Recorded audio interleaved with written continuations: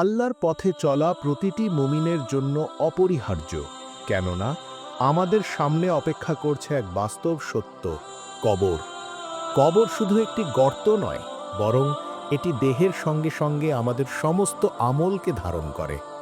আজ আমরা কবরের নাম শুনলে ভয় পাই, তার অন্ধকার কল্পনা করতেও শিহরিত হই। অথচ একদিন সেই কবরই হবে আমাদের চিরস্থায়ী ঠিকানা। কবর যেন মানুষের জন্য এক নীরব শিক্ষক।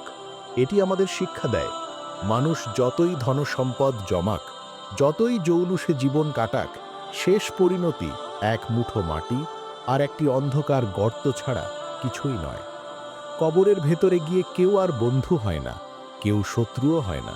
সেখানে বাবা মা ভাই বোন ধনসম্পদ দুনিয়ার মান সম্মান সব কিছু পিছনে ফেলে আসতে হয়। শুধু একটাই জিনিস আমাদের সঙ্গী হয়ে থাকে, আমল। তাহলে কি আমাদের উচিত নয় সেই আমলকেই সুন্দর করে সাজানো, যেন কবরের অন্ধকার আমাদের জন্য আলো হয়ে যায় আর আল্লাহর রহমতে চিরস্থায়ী শান্তির ঠিকানায় পৌঁছতে পারি।